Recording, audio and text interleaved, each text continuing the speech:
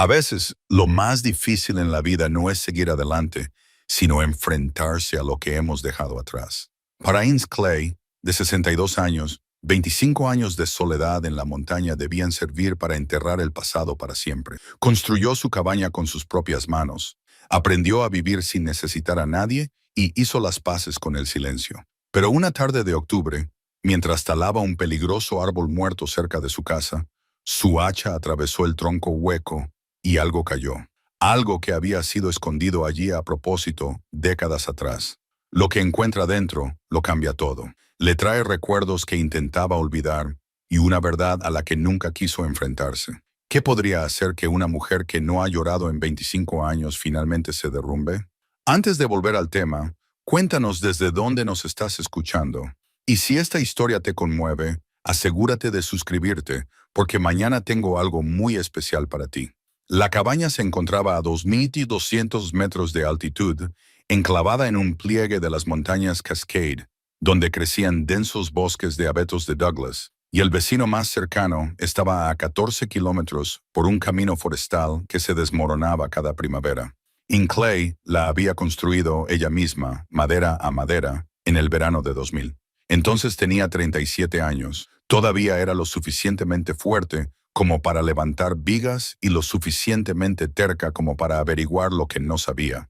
La cabaña no era grande, solo tenía una habitación principal con un altillo para dormir, una estufa de leña y ventanas orientadas al este para captar la luz de la mañana. Pero era suya y le bastaba. Llevaba 25 años viviendo allí a tiempo completo.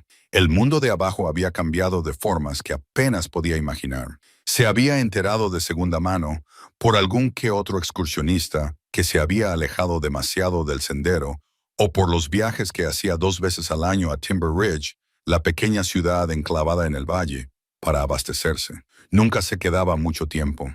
Cargaba su camioneta con harina, sal, queroseno y cualquier otra cosa que no pudiera cultivar o fabricar ella misma. Pagaba en efectivo y volvía a subir la montaña antes de que nadie pudiera hacerle demasiadas preguntas. La mayoría de la gente de Timber Ridge había dejado de preguntarse por ella hacía años. La generación más mayor recordaba cuando apareció por primera vez, una mujer afligida que apenas hablaba y no quería compañía. Habían intentado, a su manera, sacarla de su caparazón. La invitaban a las reuniones sociales de la iglesia, le ofrecían ayuda con la cabaña, la saludaban amistosamente en la tienda. Ella lo rechazaba todo, de forma educada pero firme, y al final se rindieron. Los jóvenes no la conocían en absoluto. Para ellos era solo un nombre asociado a una vieja historia, la mujer que vivía sola en la montaña y no quería que la molestaran. A Ins le venía bien. Había venido aquí en busca de silencio, y el silencio se lo había proporcionado. Sus días seguían un ritmo que rara vez variaba. Se despertaba al amanecer, encendía el fuego y preparaba café con granos que molía a mano. El desayuno solía ser avena, con lo que hubiera recolectado el día anterior, arándanos en verano, avellanas en otoño. Después del desayuno, siempre había trabajo que hacer, leña que cortar, agua que acarrear del manantial, el jardín que cuidar. En invierno, mantenía los caminos despejados y cuidaba sus trampas. En verano, recolectaba y conservaba todo lo que podía: setas, bayas, verduras silvestres. Ahumaba el pescado del arroyo y enlataba la carne de venado cuando tenía la suerte de cazar uno. Era una vida dura pero honesta. Cada caloría que consumía se la había ganado. Todas las comodidades de las que disfrutaba las había construido con sus propias manos. Eso le proporcionaba una satisfacción, una especie de paz que nunca había encontrado en su antigua vida. Intentaba no pensar demasiado en su antigua vida, pero ésta se colaba en su mente de todos modos, normalmente en las horas tranquilas antes de dormir. Entonces era una persona diferente. Ins Clay, ilustradora botánica, se había labrado un nombre en ese mundo, pequeño pero respetado. Sus dibujos habían aparecido en guías de campo y revistas científicas. Las universidades le habían encargado trabajos. Le encantaba. La observación minuciosa requería paciencia para plasmar cada detalle de una hoja o una flor con precisión científica y gracia artística. Era buena en eso, más que buena, pero eso había sido hacía mucho tiempo, y la mujer que había sostenido esos lápices y pinceles ahora le parecía una extraña. Había guardado sus cuadernos de dibujo cuando se mudó a la montaña. Los había guardado en un baúl de madera en el desván, donde no tendría que verlos. No había dibujado nada en 25 años. Sus manos eran diferentes ahora, callosas, con cicatrices, capaces de partir leña, pero demasiado ásperas para el delicado trabajo que había hecho antes. Se decía a sí misma que no lo echaba de menos. Las personas de su antigua vida también habían desaparecido, de una forma u otra. Sus padres habían fallecido antes de que ella huyera a las montañas. Era hija única y ellos eran mayores cuando la tuvieron. Ya tenían más de 40 años. Murieron cuando ella tenía 30. No tenía hermanos ni primos con los que mantuviera el contacto. Los pocos amigos que había tenido, en su mayoría compañeros de trabajo, se habían alejado después de la muerte de Julian. Incluso ahora, 25 años después, su nombre podía dejarla helada. Julian Clay, su marido, su compañero, el hombre al que había amado más de lo que creía posible amar a otro ser humano, había muerto en un accidente de senderismo en la primavera de 2000. Su cuerpo se perdió en algún lugar de las montañas que tanto amaba. Lo buscaron durante semanas, pero el terreno era implacable y ese año había habido un fuerte deshielo. Los equipos de búsqueda y rescate finalmente se dieron por vencidos. Innes celebró un funeral con un ataúd vacío. Esparció sus cenizas, cenizas que no eran suyas, solo un gesto simbólico en la montaña. Luego construyó la cabaña y desapareció en la naturaleza porque no podía soportar vivir en un mundo en el que ya no estaba Julian. Esa era la historia que se había contado a sí misma. En cualquier caso, la historia con la que había vivido. La verdad era más complicada, pero la había enterrado tan profundamente que casi creía la versión más simple. En esa mañana de octubre, Innes estaba de pie en la puerta de su casa con una taza de café, mirando el abeto Douglas muerto que se alzaba a unos 30 metros de la cabaña. El árbol llevaba años muriendo. Ella lo había visto rendirse lentamente, las agujas enmarronándose y cayendo, la corteza desprendiéndose en grandes láminas. Ahora no era más que un esqueleto. 30 metros de madera desnuda que crujía siniestramente con el viento. Llevaba 2 temporadas queriendo talarlo, pero lo había pospuesto, en parte porque era un trabajo peligroso para hacerlo sola, y en parte por algo que no sabía muy bien cómo explicar. El árbol estaba allí cuando construyó la cabaña, entonces aún estaba vivo, aunque con dificultades. Aquel primer verano grabó sus iniciales en él, un pequeño gesto para reclamar este lugar como suyo. Pero ahora el árbol era un peligro. Si se caía durante una tormenta de viento, podría golpear fácilmente la cabaña y ella lo perdería todo. Había sobrevivido a demasiadas cosas como para dejar que un árbol muerto fuera su perdición. Se terminó el café y entró a buscar sus herramientas: hacha, sierra y cuerda. Lo talaría lejos de la cabaña si podía cortarlo donde cayera y pasaría el mes siguiente convirtiéndolo en leña. No hay que desperdiciar nada. La mañana era fresca y gris, el tipo de día de octubre que prometía lluvia por la tarde.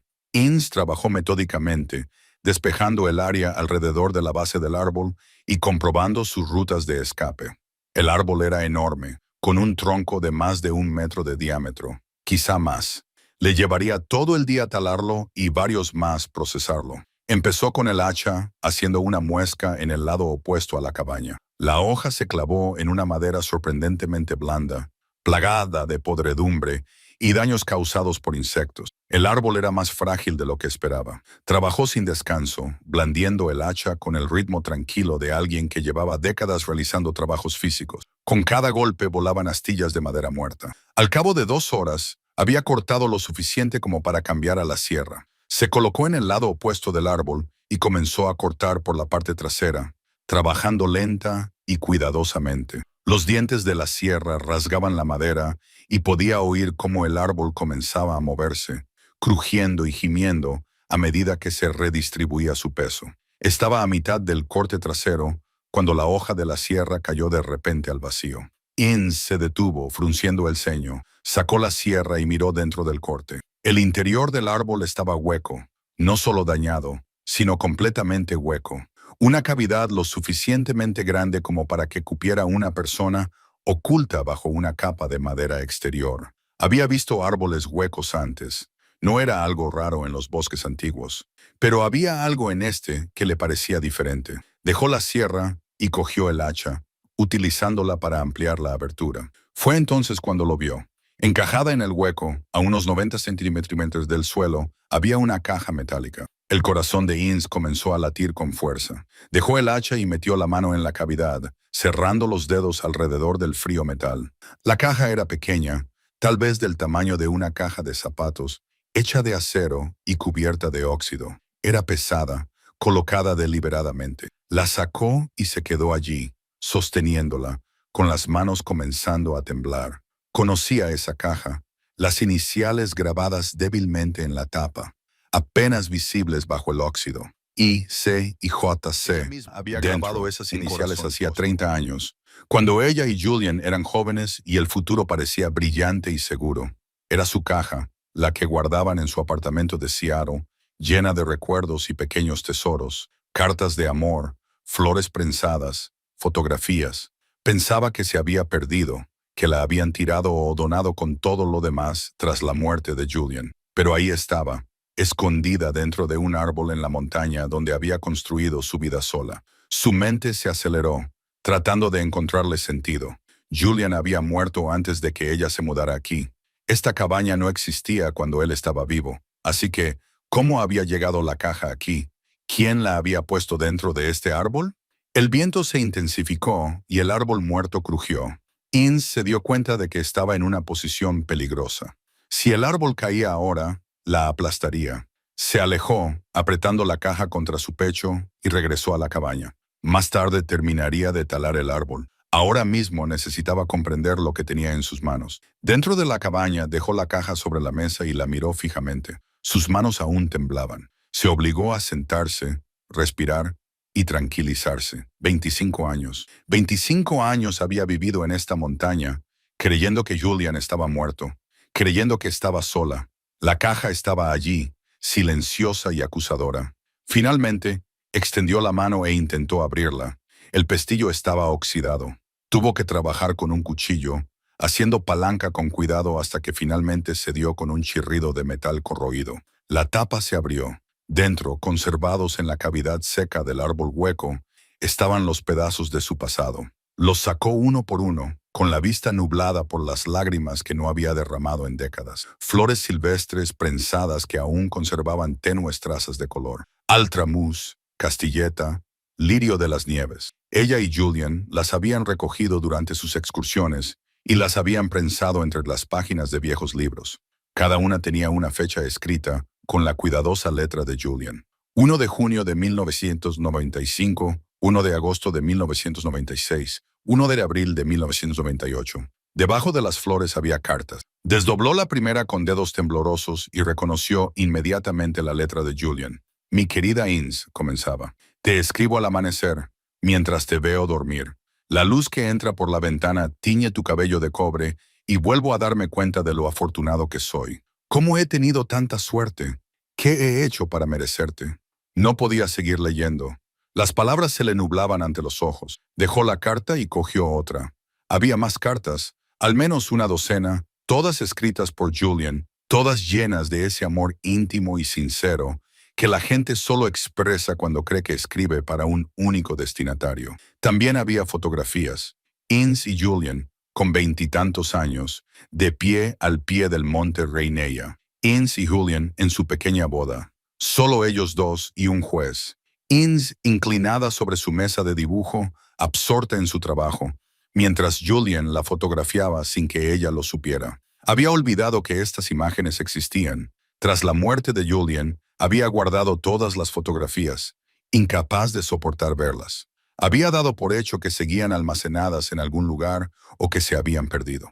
Pero allí estaban, en una caja, en un árbol, en una montaña. Sus propios bocetos botánicos también estaban allí, 2 estudios de helechos y musgos realizados con pluma y tinta. Julian las había guardado. Siempre había sido su mayor admirador, insistiendo en que su trabajo debía estar en los museos. En el fondo de la caja, debajo de todo lo demás, había algo que le cortó la respiración. Una fotografía que nunca había visto antes. Julian de pie delante de una pequeña casa, con el océano visible al fondo. En esta foto era más mayor, las arrugas alrededor de los ojos más profundas, el pelo con canas. Tenía el aspecto que tendría si hubiera vivido hasta los 50 años. Pero Julian no había vivido hasta los 50. Julian había muerto a los 39, excepto que la fecha que figuraba en el reverso de la fotografía era septiembre de 2000, 6 meses después de su muerte. Ince se quedó paralizada, con la fotografía en las manos, su mente negándose a procesar lo que estaba viendo. Las implicaciones la golpearon como una ola. Julian no había muerto, se había ido. Había fingido su muerte y había desaparecido. Y ella había pasado 25 años llorando la pérdida de un hombre que había decidido abandonarla. La caja se le cayó del regazo y su contenido se esparció por el suelo. Ince se levantó y la silla chirrió ruidosamente en el silencio de la cabaña. Se acercó a la ventana y apoyó la frente contra el cristal frío. Su aliento empañaba el dolor. Todo en lo que había creído, todo en lo que había basado su vida, una mentira. El árbol muerto aún tenía que ser talado, pero Ince no se atrevía a volver a salir. Pasó el resto del día sentada a la mesa, mirando el contenido de la caja esparcido ante ella, como las pruebas en la escena de un crimen. La fotografía la atormentaba.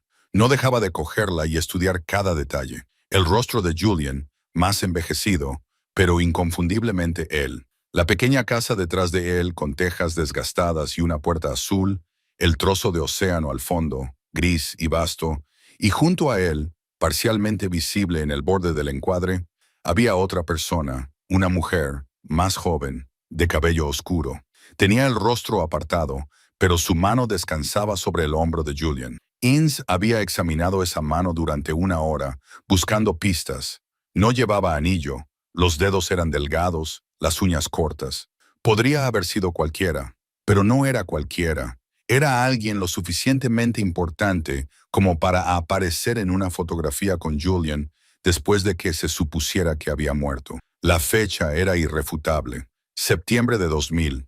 Ince llevaba viviendo en esa cabaña desde entonces, sola, todavía sumida en el dolor. Había estado cortando leña, acarreando agua y aprendiendo por sí misma a sobrevivir, creyendo que honraba la memoria de Julian al vivir en la naturaleza que ambos amaban, y él estaba vivo, de pie frente a una casa junto al mar con otra mujer. La traición era tan completa, tan absoluta, que Ince ni siquiera podía sentir ira todavía. Seguía en estado de shock. Su mente daba vueltas una y otra vez a las mismas preguntas. ¿Por qué fingiría su muerte? ¿Quién había escondido la caja en el árbol? ¿Cuánto tiempo llevaba planeando dejarla? Recordó los últimos meses antes de su muerte, antes de su desaparición. Se corrigió con amargura. Había estado distraído, preocupado. Ella lo había atribuido al estrés del trabajo. Julian era botánico y trabajaba para una consultora medioambiental que evaluaba terrenos para proyectos de desarrollo. Era un buen trabajo, un trabajo importante, pero conllevaba presión, plazos, clientes difíciles y complicaciones políticas. Había estado recibiendo muchas llamadas telefónicas en los últimos meses, saliendo fuera para hablar donde ella no pudiera oírlo. Cuando ella le preguntó al respecto, él se mostró evasivo. Solo cosas del trabajo le había dicho. Nada de qué preocuparse. Ella le había creído. ¿Por qué no iba a hacerlo? Llevaban casados 12 años, confiaban el uno en el otro, o eso creía ella. El accidente de senderismo había sido repentino. Julian le había dicho que iba a hacer una excursión de un día a las cascadas, un lugar al que había ido docenas de veces antes. Aquella mañana le había dado un beso de despedida. Aún lo recordaba, el roce de su barba, el olor a café en su aliento y la promesa de volver a casa para la cena. Nunca regresó. A medianoche, ella llamó a los guardabosques. Encontraron su camioneta al inicio del sendero, pero su mochila había desaparecido. La búsqueda se prolongó durante 3 semanas. Encontraron huellas que conducían a una cresta, pero luego nada más. Se supuso que había caído, que su cuerpo estaba en algún lugar de la vasta naturaleza, oculto por el terreno, los carroñeros o simplemente la mala suerte. Sus padres habían volado desde Ohio para asistir al funeral. Estaban devastados. Habían envejecido 1 década en una semana. Murieron en menos de 5 años. Su madre de cáncer, su padre de un infarto que, en privado, Ince creía que había sido simplemente por rendirse. Si hubieran sabido que Julian estaba vivo, ¿los habría salvado? La idea le revolvió el estómago. Cogió una de las cartas de amor y la volvió a leer, buscando pistas que se le hubieran escapado la primera vez. Pero era justo lo que parecía. Una carta de un hombre profundamente enamorado. No había indicios de engaño ni sombras de una traición planeada. No dejo de pensar en la cabaña que Julian había mencionado en una carta fechada en 1997, nuestro refugio en las montañas. Algún día la construiremos, solo nosotros dos, lo suficientemente lejos de todo como para poder oír nuestros propios pensamientos. Viviremos de forma sencilla, cultivaremos un huerto, recolectaremos, dibujaremos y estudiaremos las plantas todo el día. Envejeceremos juntos en la naturaleza. Lo veo tan claro. Ella había construido esa cabaña. Había vivido ese sueño, pero no con él. La crueldad de todo ello era sobrecogedora. Al caer la noche, Innes finalmente se movió. Recogió con cuidado el contenido de la caja y volvió a guardarlo todo dentro, excepto la fotografía. Esa la dejó fuera, apoyada contra el azucarero, donde pudiera verla. Encendió el fuego y se obligó a comer algo, aunque apenas le sabía a nada. Su cuerpo seguía los movimientos mecánicamente, mientras su mente daba vueltas en círculos. Volvía una y otra vez a la misma pregunta. ¿Quién había escondido la caja? No podía haber sido Julian. Se suponía que estaba muerto o se había ido antes de que ella construyera la cabaña, incluso antes de que comprara este terreno. El árbol estaba vivo cuando ella llegó. Ella había tallado sus iniciales en él aquel primer verano, solo sus iniciales. El corazón, con las iniciales de ambos, había sido tallado años antes en su caja. La había traído aquí y la había escondido en un árbol que sabía que ella acabaría talando. Alguien que conocía este lugar, que sabía que ella estaría aquí. La idea era escalofriante. No estaba acostumbrada a sentirse vulnerable. Había vivido sola durante 25 años sin miedo. Conocía estas montañas, sabía cómo defenderse, había lidiado con osos, pumas e inviernos rigurosos. Nunca se había sentido insegura. Pero ahora, sentada en su cabaña con una caja ya llena de fantasmas, se sentía expuesta como no lo había estado desde que llegó por primera vez. Alguien había estado allí. Alguien había escondido esa caja. Quería que ella la encontrara. La pregunta era, ¿por qué? ¿Y seguían vigilándola? Se levantó y comprobó la puerta, asegurándose de que estuviera cerrada con llave. Comprobó las ventanas y corrió las cortinas que rara vez se molestaba en cerrar. Luego subió al desván y recuperó algo que no había tocado en años, un revólver envuelto en un paño de aceite que había comprado cuando se mudó a la montaña. Había aprendido a disparar. Había practicado lo suficiente como para sentirse competente. Luego lo guardó y se olvidó de él. Ahora lo limpió, lo cargó y lo dejó sobre la mesa junto a la caja. Esa noche no durmió. Se sentó en su silla junto al fuego, observando las sombras, escuchando cada crujido y cada susurro. El viento había arreciado y el árbol muerto gemía como si estuviera vivo. Por la mañana había tomado una decisión. Necesitaba respuestas. Necesitaba saber qué le había pasado a Julian, por qué se había ido, a dónde había ido. Necesitaba saber quién había escondido la caja y por qué. Y necesitaba saber si todavía estaba vivo. La fotografía sugería que podría estarlo. En esa imagen parecía tener unos 50 años. Si fue tomada en 2000, ahora tendría unos 65 años, seguiría vivo y posiblemente estaría en algún lugar. Ese pensamiento la llenó de una emoción que no sabía nombrar. No era exactamente esperanza, ni tampoco temor, sino algo intermedio. Había pasado 25 años aprendiendo a vivir sin él, aprendiendo a estar sola. Se había convencido a sí misma de que prefería así, que la soledad era una elección que había tomado y no una prisión que se había construido. Pero si Julian estaba vivo, si estaba en algún lugar, entonces todo lo que se había dicho a sí misma se basaba en una mentira, y no podía vivir con eso. Ya no. Cuando el sol salió por las montañas, Innes comenzó a hacer las maletas. Innes no había hecho una maleta en años. Se paró frente a su armario, una simple barra colgada entre dos paredes, y se dio cuenta de que no tenía nada adecuado para el mundo de abajo. Todo lo que tenía era práctico.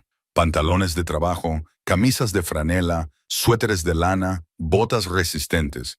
Nada que la ayudara a integrarse en un pueblo o una ciudad. No es que importara, no iba a integrarse de todos modos. Hizo una maleta ligera, con ropa para cambiarse, artículos básicos de aseo y la caja con su contenido. Envolvió la fotografía con cuidado en un paño y la guardó en un bolsillo interior de su chaqueta. El revólver fue a parar a su mochila junto con el dinero en efectivo que tenía escondido en la cabaña. Varios miles, su fondo de emergencia, intacto desde hacía 2 décadas. La camioneta era otra preocupación. La había comprado de segunda mano en 1998 y ya entonces era vieja. Lo había mantenido en buen estado para hacer los viajes bianuales de abastecimiento, pero no tenía ni idea de si aguantaría un viaje más largo. La batería podría estar agotada. Probablemente los neumáticos estuvieran podridos, pero cuando giró la llave, el motor cobró vida. Lo dejó en marcha mientras hacía una última revisión de la cabaña, asegurándose de que el fuego estuviera apagado, las ventanas cerradas y las reservas de comida protegidas de los animales. Dudó en la puerta, mirando hacia atrás al espacio que había sido todo su mundo durante 25 años. De alguna manera parecía más pequeño, más frágil, solo una habitación con una estufa y una cama. No era la fortaleza de soledad que había imaginado. Cerró la puerta y no miró atrás. El descenso por la montaña le llevó 3 horas. El camino forestal estaba peor de lo que recordaba, arrasado en algunos tramos y cubierto de maleza en otros. Tuvo que parar 2 veces para quitar ramas caídas, pero la camioneta aguantó y al mediodía llegó a Timber Ridge. El pueblo había cambiado. Se habían construido edificios nuevos y se habían derribado los antiguos. Ahora había una cafetería, algo moderno con un menú escrito en una pizarra visible a través de la ventana. La tienda donde compraba sus provisiones se había ampliado y había añadido una sección para turistas, con camisetas, postales y miel local en tarros decorativos. Inns aparcó delante de la tienda y se sentó un momento para recomponerse. Hacía meses que no estaba rodeada de tanta gente. A través de la ventana podía ver a un puñado de clientes recorriendo los pasillos. La idea de entrar allí, de entablar una conversación trivial, de que la miraran, le provocaba un nudo en el estómago, pero necesitaba información y suministros para lo que fuera a venir después. Entró. El dependiente de la caja era joven, de unos 25 años, alguien que definitivamente no había estado trabajando allí la última vez que Inns había visitado la tienda. Levantó la vista cuando Inns entró, sonrió automáticamente y luego volvió a mirarla con curiosidad. ¿Puedo ayudarla a encontrar algo? Solo estoy mirando, dijo Inns con la voz ronca por falta de uso. Recorrió la tienda cogiendo artículos que realmente no necesitaba. Pilas, un mapa, barritas proteicas, cualquier cosa para evitar quedarse quieta y ser observada. Pero la estaban observando. Podía sentirlo. Los demás clientes la miraban de reojo. La mujer mayor que estaba junto a los productos enlatados se giró para mirarla 2 veces. Alguien que la había reconocido. Probablemente alguien que recordaba a la ermitaña de la montaña. Inns llevó sus artículos a la caja y pagó en efectivo. El dependiente contó los billetes lentamente, claramente con ganas de hacer preguntas, pero sin atreverse. ¿Tiene un teléfono que pueda usar?, preguntó Inns. Una llamada local. El dependiente dudó y luego le pasó el teléfono fijo de la tienda por encima del mostrador. Claro, adelante. Inns marcó el número de la oficina de registros del condado, un número que había memorizado años atrás por razones que ahora no recordaba. Cuando alguien respondió, preguntó por los registros de propiedad de Crescent Bay, Oregón. Necesito saber quién es el propietario de una propiedad específica, dijo. Una casa pequeña, probablemente en la costa. Tengo una fotografía, pero no la dirección. La voz al otro lado del teléfono era paciente, pero firme. Necesitaríamos una dirección, o al menos el nombre de la calle. Si lo desea, puede venir a la oficina y consultar los mapas de la propiedad. ¿Dónde está la oficina? En Crescent Bay, en la calle Main Street. Inns le dio las gracias y colgó. El dependiente la observaba con un interés apenas disimulado. ¿Va a Crescent Bay?, preguntó el dependiente. Quizás. Está a unas 4 horas de aquí, hacia el oeste. Llegarás a la autopista de la costa y luego hacia el sur. Es un bonito trayecto. Inns asintió y recogió sus compras. Estaba a punto de salir por la puerta cuando una voz la detuvo. Insi se dio la vuelta. La mujer mayor del pasillo de los productos enlatados caminaba hacia ella con una sonrisa vacilante en el rostro. Tenía unos 70 años, el pelo blanco, y llevaba un cardigan a pesar del calor. Pensé que eras tú. La mujer dijo, soy Harriet Chen. Nos conocimos hace años cuando llegaste a la ciudad. Te traje un guiso. ¿Te acuerdas? Inns lo recordaba vagamente. Una mujer amable en su puerta. Un plato cubierto con papel de aluminio. Un intercambio incómodo en el que Inns había aceptado la comida solo para que la mujer se marchara. Lo recuerdo, Inns dijo. ¿Cómo estás? Ya no te vemos nunca. Estoy bien, solo estoy de paso hoy. La sonrisa de Harriet vaciló un poco. Bueno, me alegro de verte. Si alguna vez necesitas algo, te lo agradeceré, dijo Inns, interrumpiéndola con la mayor delicadeza posible. Gracias. Se marchó antes de que la conversación pudiera continuar. En la camioneta se sentó con las manos en el volante, respirando lentamente. 4 horas hasta Crescent Bay. 4 horas hasta las respuestas que le esperaban allí. Arrancó el motor y se incorporó a la autopista. El viaje hacia el oeste la llevó a través de paisajes que pasaban de bosques montañosos a desiertos altos y cordilleras costeras. Paró una vez para repostar, utilizó el baño de una estación de servicio y se vio a sí misma en el espejo. Se veía vieja, no solo mayor, sino vieja. Su cabello era completamente gris, recogido en una trenza que le caía por los hombros. Su rostro estaba arrugado y curtido. Sus manos estaban marcadas y ásperas. Se veía como lo que era, una mujer que había vivido una vida dura al aire libre. Esa idea no le molestaba tanto como podría haberlo hecho. Se había ganado cada arruga, cada cicatriz, pero allí, de pie bajo la luz fluorescente del baño de la gasolinera, de repente le vino a la mente el rostro de Julian, joven y sin arrugas, tal y como lo había visto por última vez, o tal y como creía haberlo visto por última vez. ¿Cómo estaría ahora? ¿Lo reconocería siquiera? Siguió conduciendo. Crescent Bay se reveló lentamente. La autopista serpenteaba entre las colinas hasta que, de repente, apareció el océano, vasto, gris e infinito. La ciudad en sí era pequeña, tal vez unos pocos miles de habitantes, construida a lo largo de un puerto curvo que le daba nombre al lugar. Inns encontró la oficina del registro del condado justo cuando cerraba por ese día. Aparcó y se acercó a la puerta, pero una mujer ya estaba cerrando con llave. Lo siento, dijo la mujer. Cerramos a las 5 pero mañana abrimos a las 9 Necesito encontrar a alguien, dijo con la llave en la mano, estudiando el rostro de Inés. Lo que fuera que vio allí la hizo ceder. Vamos, dijo, abriendo la puerta. Pero solo puedo darle 20 minutos. El interior de la oficina era estrecho y olía de humedad, con archivadores alineados contra las paredes. La mujer, cuyo nombre era Louise Brennan, según la etiqueta que llevaba en la solapa, llevó a Inns a una gran mesa cubierta de mapas de propiedades. ¿Qué está buscando? Inns sacó la fotografía y la puso sobre la mesa. Esta casa, en algún lugar de Crescent Bay, creo. El océano está al fondo. Louise estudió la foto y luego asintió lentamente. Eso es el extremo norte de la ciudad. ¿Ve las rocas al fondo? Eso es Devil's Point. Solo hay una docena de casas por allí. Sacó un mapa y lo extendió sobre la mesa, señalando una sección marcada en azul. Toda esta zona, si conduce por Shore Road, la encontrará. ¿Tienen registros de quién vive allí? ¿Registros del impuesto sobre la propiedad? Sí, pero son públicos solo si se conoce la dirección específica. Louise miró a Inns con atención. ¿Es alguien a quien está tratando de encontrar? Sí. ¿Alguien con quien perdió el contacto? Inns asintió, sin confiar en su voz. Louise se quedó callada por un momento. Luego dijo, llevo 30 años trabajando aquí. Conozco a la mayoría de la gente de esta ciudad, al menos de nombre. ¿A quién está buscando? Julian Clay, dijo Inns. O puede que usara otro nombre. La expresión de Louise cambió. Algo se reflejó en su rostro. Reconocimiento y algo más. Quizás lástima. Clay, dijo en voz baja. Conocí a un tal Jim Clay que vivió en Shore Road durante unos 10 años, quizá 15. Era bastante reservado. Tenía una hija. El corazón de Inns latía con fuerza. Una hija, una adolescente, callada como él.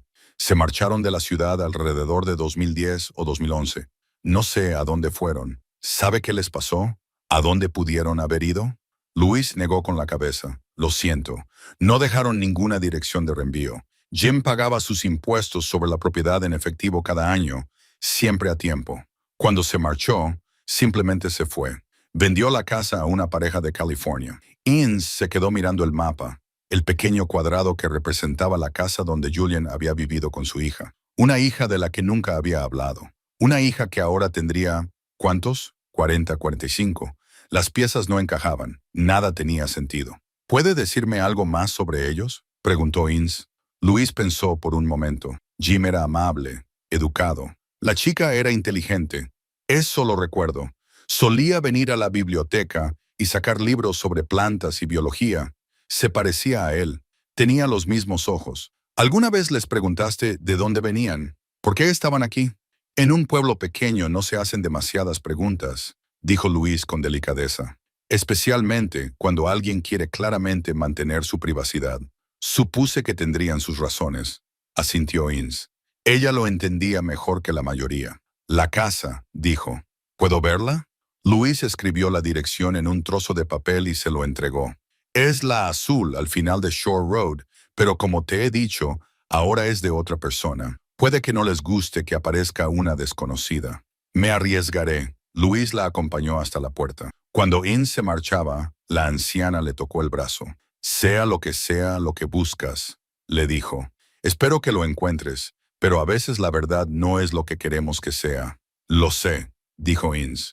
Condujo hasta Shore Road mientras se ponía el sol y el océano se teñía de dorado y rosa con la luz moribunda. Las casas estaban dispersas, separadas por parcelas de pino shaw y salal. La casa azul se encontraba al final de la calle, exactamente como aparecía en la fotografía. Ince aparcó al otro lado de la calle y se quedó allí sentada mirándola. Las tejas eran las mismas, la puerta azul era la misma, pero había diferencias. Una terraza nueva, un jardín que antes no estaba allí, cortinas en las ventanas. Ahora era la casa de otra persona. Pero Julian había estado allí. Había abierto esa puerta. Había vivido una vida de la que ella no sabía nada, con una hija cuya existencia ella desconocía. El peso de todo ello la abrumó, y por primera vez desde que encontró la caja, Ince se permitió llorar. Ince se quedó sentada en la camioneta hasta que oscureció, observando la casa azul. Las luces se encendieron en el interior, cálidas y amarillas. A través de las ventanas podía haber movimiento, alguien preparando la cena, el parpadeo de lo que podría ser un televisor. Una noche normal en una casa normal. No se atrevió a llamar a la puerta. ¿Qué iba a decir?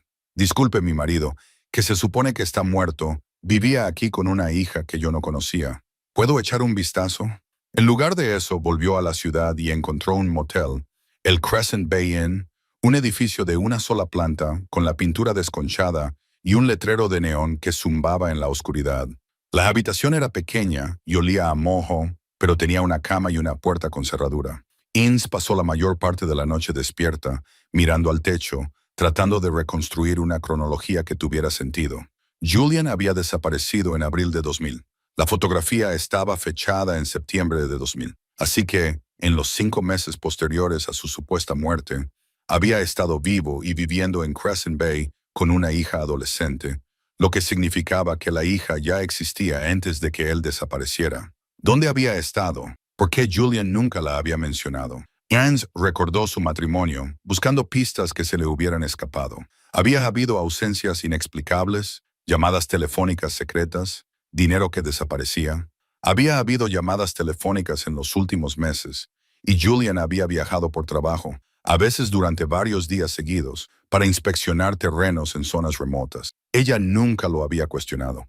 ¿Por qué iba a hacerlo? Pero ahora todos los recuerdos eran sospechosos. Cada viaje de negocios podría haber sido una visita a su hija. Cada noche en la oficina podría haber sido algo completamente diferente. La traición era más profunda de lo que había imaginado. Por la mañana, Ince tenía un plan. Condujo de vuelta a la oficina del registro del condado cuando abrió y pidió ver los registros del impuesto sobre la propiedad de la Casa Azul de Shore Road. Los registros mostraban que James Clay había comprado la propiedad en 1995 y la había vendido en 2011, pagando en efectivo en ambas ocasiones. 3 años antes de la supuesta muerte de Julian. Había estado llevando una doble vida durante al menos 3 años, quizá más. Ince se sintió físicamente mal. Le preguntó a Luis si había otros registros, facturas de servicios públicos, registro de votantes, cualquier cosa que pudiera darle más información. Luis la ayudó a buscar con expresión comprensiva. Encontraron algunas cosas. Jim Clay había inscrito a su hija en la educación en el hogar en 1998. Se llamaba Willer. No figuraba ninguna madre en los documentos. Ince repitió el nombre en silencio. La hija de Julian, Una persona que existía, que tenía un nombre y una historia, que había vivido en esa casa azul y había sacado libros sobre plantas de la biblioteca. ¿Tienes alguna idea de dónde podrían haber ido?, preguntó Inns. Luis negó con la cabeza. Pregunté por ahí después de que te fueras ayer. Nadie parece saberlo. Eran muy reservados. Las pocas personas que los recuerdan dicen que Jim era un buen vecino, que ayudaba con cosas, quitando la nieve en invierno, ese tipo de cosas. Pero nunca hablaba de su pasado. ¿Y la hija? ¿Tenía amigos? No que yo sepa. Barco. Estudiaba en casa, así que no habría ido al colegio local. Lo siento, no puedo ayudarte más. Inns le dio las gracias y se marchó. Se sentó en la camioneta con el papelito con el nombre de Willer en la mano. Una hija. Julian tenía una hija. La magnitud de la noticia era casi demasiado difícil de asimilar. No era solo que hubiera dejado a Inns. Era que tenía toda una vida de la que ella no sabía nada. Un hijo, responsabilidades, una historia anterior a su matrimonio. A menos que la idea le golpeara como un mazazo. ¿Y si Willer había nacido durante su matrimonio? ¿Y si Julian había tenido una aventura, había tenido un hijo con otra persona mientras estaba casado con Inns? Hizo los cálculos. Si Willer era adolescente en 2000, habría nacido a mediados de 1982. Inns y Julian se habían casado en 1988. Llevaban juntos desde 1985, así que Willer podría haber nacido antes de que se conocieran o justo después. En cualquier caso, Julian había ocultado su existencia durante toda su relación. ¿Por qué? Inns condujo sin rumbo fijo por la ciudad, pasó por el puerto, donde los barcos pesqueros se balanceaban en sus amarres, pasó por las tiendas para turistas y los restaurantes. Se encontró en la biblioteca, un pequeño edificio de ladrillo cerca del agua. Dentro se acercó al bibliotecario, un hombre mayor con gafas de lectura sujetas con una cadena. «Estoy buscando información sobre alguien que vivía aquí», dijo Inns. Jim Clay y su hija Willer se marcharon hace unos 15 años. El rostro del bibliotecario se iluminó. Willer, claro, la recuerdo. Una chica encantadora, muy inteligente. Debió de leer todos los libros que teníamos sobre botánica y biología. ¿Sabe a dónde se fueron? Me temo que no. Un día vino a devolver los libros y dijo que se mudaban. No dijo a dónde. Recuerdo que me dio pena que se fuera. Era una de nuestras mejores clientas. ¿Alguna vez habló de su madre? ¿De su familia? El bibliotecario frunció el ceño, pensativo. No que yo recuerde. Solo eran ellos dos. Jim le daba clases en casa. Era muy independiente para su edad. ¿Cuántos años tenía cuando se marcharon? Oh, unos 25, diría yo. Ya no era una niña. Me dio la impresión de que ella cuidaba de su padre tanto como él cuidaba de ella. 20 y tantos. Entonces Willer habría nacido alrededor de 1985 o 1986, antes de que una extraña sensación de alivio. No fue una aventura, sino un hijo de antes, pero aún así un secreto, una traición. Inns le dio las gracias a la bibliotecaria y se marchó. Afuera, se paró en los escalones de la biblioteca y miró hacia el océano. Julian había vivido aquí. Había caminado por estas calles, había mirado esta agua. Había criado a una hija aquí en secreto, mientras Inns lo lloraba como si estuviera muerto. La caja. Alguien había escondido la caja en el árbol de su montaña. Si Julian había estado vivo todos estos años, ¿la había escondido él? ¿Quería que ella la encontrara algún día? ¿O había sido Willer? La idea la heló. Si Willer sabía lo de Inns, ¿qué sabía? ¿Qué le había contado Julian? Inns necesitaba encontrar a Willer. Ella era la clave de todo. Volvió al motel y utilizó el teléfono de la oficina para llamar a todas las Willer Corey que encontró en la guía telefónica. Había 3 en Oregón, ninguno en Crescent Bay. Los llamó a todos. El primero era una mujer de unos 70 años. No era Willer. El segundo era un adolescente. Tampoco era. El tercer número sonó y sonó. No hubo respuesta. Inns colgó y probó con otro enfoque. Llamó a la Universidad de Washington y preguntó por el departamento de botánica. Si Willer había estado interesada en las plantas, tal vez se había dedicado a ese campo. La secretaria que respondió fue educada, pero no le sirvió de ayuda. Tenemos miles de estudiantes. A menos que tenga información más específica, habría sido estudiante entre 2005 y 2010. Inns dijo, ¿estaba Cowie interesada en la botánica, la ecología, ese tipo de cosas? Hubo una pausa, el sonido de un teclado. No veo a nadie con ese nombre en nuestros registros. Inns probó en otras 3 universidades. Nada. Se estaba quedando sin opciones. Wheeler podía estar en cualquier parte. Podría haberse cambiado de nombre, haberse mudado fuera del estado, haber desaparecido por completo, como había hecho su padre. Esa idea hizo que Inns se detuviera. Si Julian había estado huyendo de algo, y cuanto más averiguaba, más segura estaba de que así era, entonces quizá Wheeler también lo estaba haciendo. Quizá ambos habían desaparecido por una razón. Pensó en el árbol hueco, en la caja escondida. Alguien había querido que ella la encontrara. Alguien la había colocado allí deliberadamente, sabiendo que ella acabaría talando ese árbol. ¿Pero por qué? ¿Qué sentido tenía? A menos que fuera un mensaje, una forma de decir lo siento, o esta es la verdad, o ven a buscarme. Inns volvió a mirar la fotografía y estudió el rostro de Julian. En la imagen parecía cansado, más viejo, agotado, no como un hombre que había escapado hacia la libertad, sino como un hombre que llevaba una carga. ¿De qué había estado huyendo? ¿Y seguía huyendo? Pensó en las cartas de la caja, las flores prensadas, las fotografías, pruebas de un amor que había sido real, al menos en algún momento. Julian había guardado esas cosas. Las había conservado incluso después de marcharse. Eso tenía que significar algo. Por la noche, Inns había tomado una decisión. Contrataría a alguien para que la ayudara a encontrar a Wheeler, un investigador privado, alguien con recursos y contactos que ella no tenía. Encontró uno en la guía telefónica, Abel Brennan Investigations. La dirección era local. Cuando llegó a la oficina a la mañana siguiente, se dio cuenta de por qué el nombre le había resultado familiar. Louise Brennan, la secretaria adjunta de la Oficina de Registros del Condado, abrió la puerta. «Me preguntaba si encontrarías el camino hasta aquí», dijo Louise con una leve sonrisa. «Pasa». La oficina de Louise era pequeña, situada encima de una panadería en Main Street. Las paredes estaban cubiertas de archivadores y corchos con fotografías y documentos clavados. Había un escritorio junto a la ventana con vistas a la calle y al puerto. «Hago esto a tiempo parcial», explicó Louise, invitando a Inns a sentarse. «El trabajo de secretaria del condado me da para pagar las facturas, pero esto es lo que realmente me gusta. Siéntate, dime qué necesitas». Inns se sentó en la desgastada silla de cuero frente al escritorio de Louise. «Necesito encontrar a Wheeler Clay, la hija de Jim». «La hija de Julian», corrigió Inns. Su verdadero nombre era Julian. Julian Clay. Era mi marido. La expresión de Louise cambió comprendiendo lo que le contaba. «Ya veo. Desapareció hace 25 años. Pensaba que había muerto. He estado viviendo sola en una montaña, creyendo que había muerto en un accidente de montaña. Entonces encontré una caja escondida en un árbol con una fotografía que demostraba que estaba vivo meses después de su supuesta muerte, viviendo aquí con una hija que no sabía que existía». Louise escuchó sin interrumpir, con los dedos entrelazados bajo la barbilla. «Necesito saber qué pasó», Inns continuó. «¿Por qué se fue? ¿A dónde fue? Si sigue vivo. Y necesito encontrar a Wheeler porque es la única persona que podría tener respuestas». «¿Cómo supiste que debías venir a Crescent Bay?» «La fotografía, el océano al fondo. Empecé a llamar a las oficinas del condado a lo largo de la costa hasta que alguien reconoció el lugar».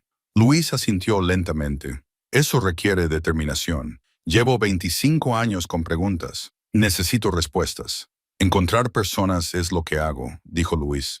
«Pero tengo que ser sincera contigo. Si alguien no quiere que lo encuentren, si ha sido cuidadoso, puede ser casi imposible, especialmente si ha cambiado de nombre. ¿Puedes intentarlo?»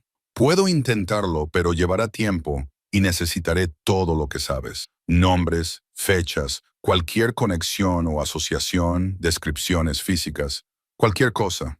Inns le contó todo sobre Julian, su vida en Seattle, su trabajo como botánico, su supuesta muerte en 2000, la caja, la fotografía, las cartas, la edad de Wheeler, su interés por las plantas, el hecho de que hubiera recibido educación en casa. Louise tomó notas y le hizo preguntas para aclarar algunos puntos. Cuando Inns terminó, Louise se recostó en su silla. «Recuerdo el escándalo de la tala», dijo en voz baja. Inns frunció el ceño. «¿Qué?» Hace unos 25 años, había un botánico que iba a testificar contra una empresa maderera. Estaban talando ilegalmente en áreas protegidas y falsificando informes medioambientales. El botánico tenía pruebas, pero murió antes del juicio en un accidente de senderismo. Dijeron que el caso se vino abajo sin él. Inns sintió que se le encogía el pecho. Julian, no puedo estar segura, pero las fechas coinciden. Y si fue él, si estaba a punto de testificar contra gente con tanto dinero y poder. Luis hizo una pausa. Eso sería una razón para desaparecer.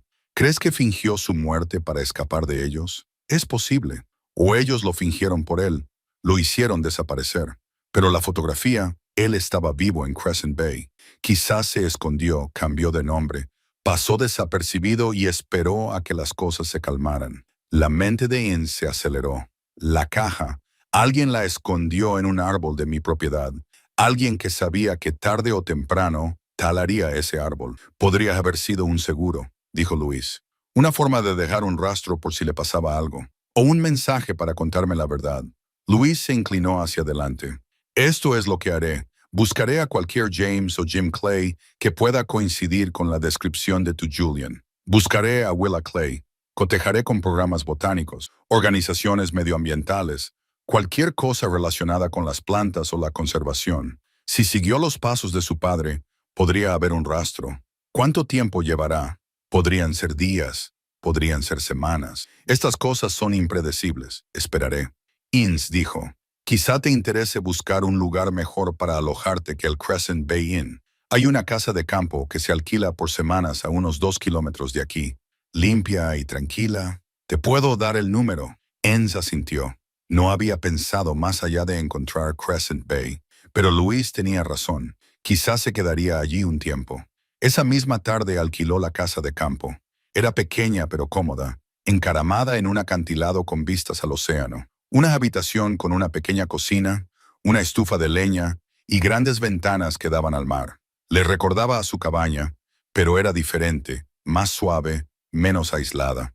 Esa noche, se quedó de pie junto a la ventana y observó las olas. El océano no se parecía en nada a las montañas, inquietas, donde el bosque era tranquilo, infinito, donde los árboles marcaban los límites. Sin embargo, había algo tranquilizador en él. Pensó en Julian de pie allí o en algún lugar cercano, contemplando ese mismo océano. ¿Habría pensado en ella? ¿Se habría arrepentido de marcharse o se habría sentido aliviado por haber escapado? Los días siguientes pasaron lentamente. Luis llamó con pequeñas novedades que añadían piezas al rompecabezas, pero no completaban el cuadro. Había encontrado registros del escándalo de la tala. Julian había sido el botánico principal en una evaluación medioambiental para una empresa maderera llamada Pacific Northwest Lumber. Descubrió que estaban talando en zonas protegidas de bosques antiguos y falsificando sus informes. Acudió a las autoridades y aceptó testificar. 2 semanas antes del juicio, desapareció. La empresa fue investigada, pero nunca se presentaron cargos. Sin el testimonio de Julian, las pruebas no eran suficientes. Pacific Northwest Lumber sigue en activo. Luis dijo que ahora son enormes. Cientos de empleados, operaciones en 3 estados. ¿Crees que siguen buscándolo después de 25 años? Probablemente no, pero en aquel entonces tenían todas las razones para quererlo fuera. Inns pensó en las implicaciones. Si Julian había estado en peligro, si había desaparecido para protegerse a sí mismo y para protegerla a ella, entonces todo lo que ella había creído sobre su traición cambiaba. Él no la había abandonado. Se había ido para mantenerla a salvo. Esa idea era casi más difícil de soportar que la traición. Luis también encontró una pista. Había publicado un artículo sobre la restauración de plantas autóctonas hacía 5 años. El artículo indicaba que su afiliación era la Estación de Investigación Botánica North Cascades en Washington. Puede que no sea ella, advirtió Luis. Clay no es un apellido poco común, pero podría serlo.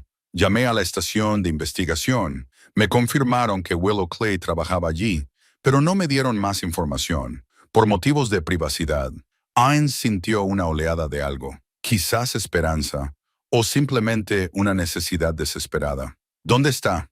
A unas 3 horas al norte de Seattle, una ubicación remota cerca de la frontera con Canadá.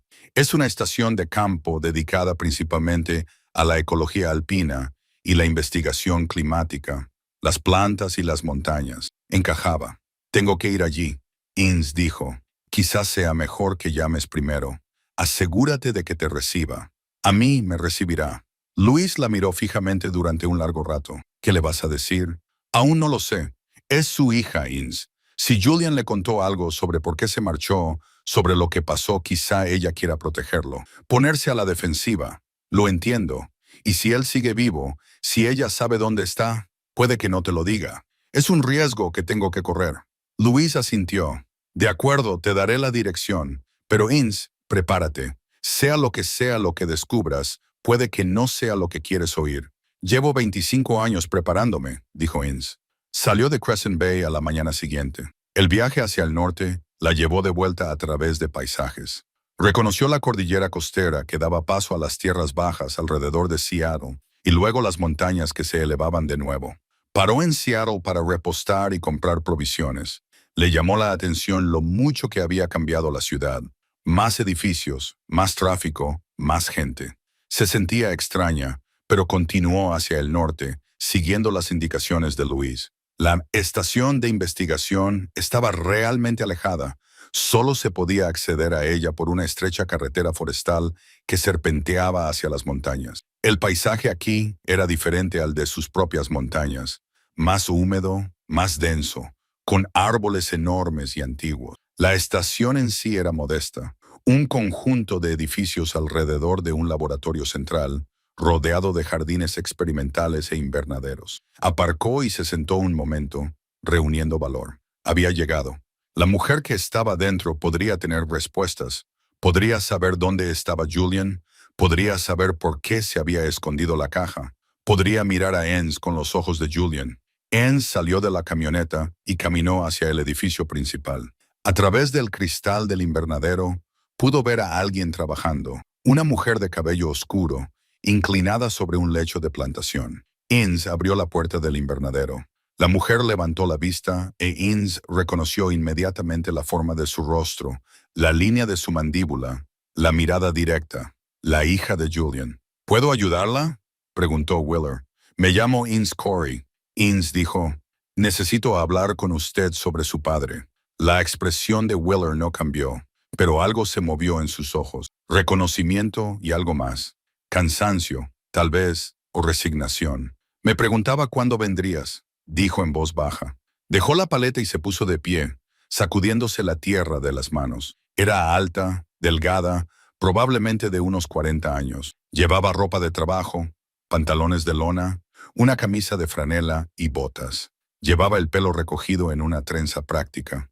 Parecía alguien que había pasado su vida al aire libre, alguien que entendía de plantas y tierra y de la lenta paciencia que requiere el cultivo, como su padre. ¿Cómo me ha encontrado?, preguntó Wheeler. Un investigador privado. No ha sido fácil. Will asintió lentamente. Entra. Deberíamos hablar en privado. Ella lo condujo fuera del invernadero y a través del recinto hasta una pequeña cabaña situada detrás de los edificios principales. El interior era sencillo. Un escritorio cubierto de papeles y especímenes de plantas, estanterías repletas, una estufa de leña, una cama estrecha, un lugar para trabajar y dormir. Nada más. Wheeler señaló una silla y se sentó frente a Enz en la pequeña mesa. Me habló de ti, dijo Wheeler. Todos los días de mi vida me ha hablado de ti. Enz sintió que se le hacía un nudo en la garganta. ¿Qué te ha contado? Que eras el amor de su vida, que eras brillante, amable y testaruda, que dibujabas las plantas tan perfectamente que parecían más reales que las fotografías, que dejarte fue lo más difícil que había hecho nunca. ¿Por qué se marchó? Wheeler se quedó callado un momento, estudiando el rostro de Ince. ¿Cuánto sabes?